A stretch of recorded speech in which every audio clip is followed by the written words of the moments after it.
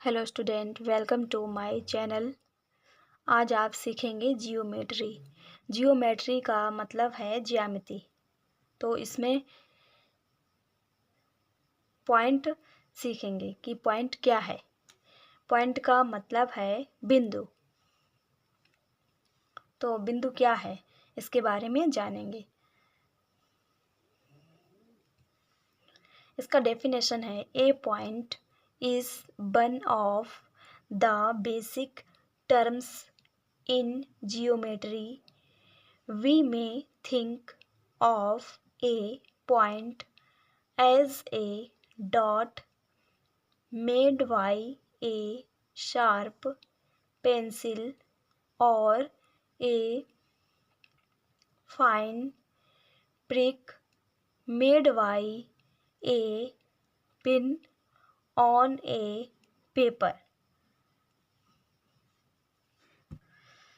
अब समझिएगा इसका मतलब क्या है। बिंदु ज्यामिति में एक बुनियादी शब्दों में से एक है। हम बिंदु को सोच सकते हैं। एक नुकीली पेंसिल से बनाया गया बिंदु या कागज पर पिन से किया गया बारीक चुभन मान सकते हैं।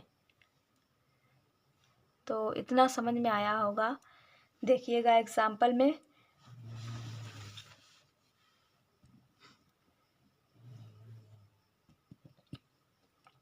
एग्जाम्पल है पॉइंट डॉट। इस तरीके से ये पॉइंट होता है।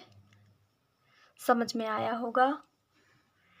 अब इसके बारे में और जानेंगे क्या। अब देखिएगा, a point is named by a single capital letter of the English alphabet as A P X etc। इसका मतलब जानेंगे। एक बिंदु का नाम किसके द्वारा होता है।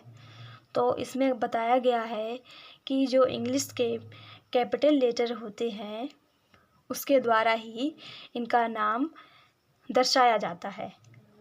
जैसे एग्जाम्पल में ये देखिए, point A, point M, point X. इस तरीके से ये इसके नेम हैं पॉइंट के। ठीक है। अब आगे देखिए, a point has an exact position. It has not length, breadth और हाइट।